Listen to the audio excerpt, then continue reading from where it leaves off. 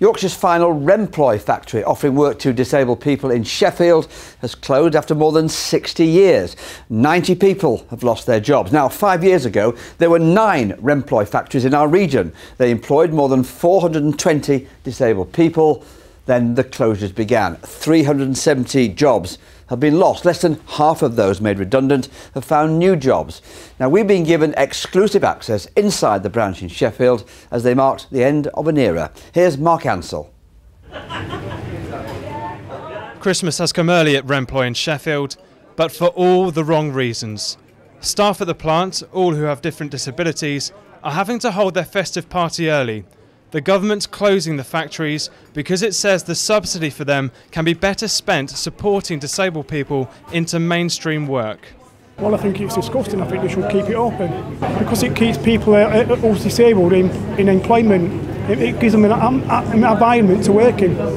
I regret to see it go because I've worked with the company for a total of 35 years this month now. I feel more sad for a lot of people that haven't got like family and basically come to work just for like people to talk to and that. The Remploy factories teach new jobs.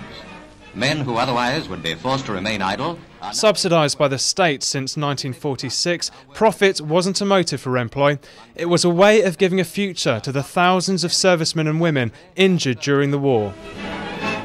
In Sheffield, more than 60 years of history ends today, the last of 9 factories in our region that at one time employed 420 disabled people.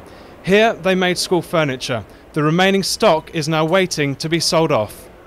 Would you say you're a good communicator? Remploy has its own recruitment branches to give advice to disabled people on how to get a job.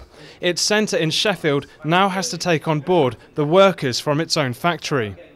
I'm sure we will be able to support them into getting another job because they're already in work and they're very committed workers. They've got a lot of transferable skills and they are very employable. But trade unions are nowhere near as confident. They've fought for years to keep the factories open and are laying a wreath to mark what they see as the human cost of losing the battle.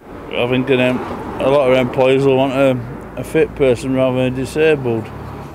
So it's a sad day for the workers here in Sheffield, but the real question is, how many of these disabled people will go on to find new jobs? Mark Ansell, BBC Look North, Sheffield.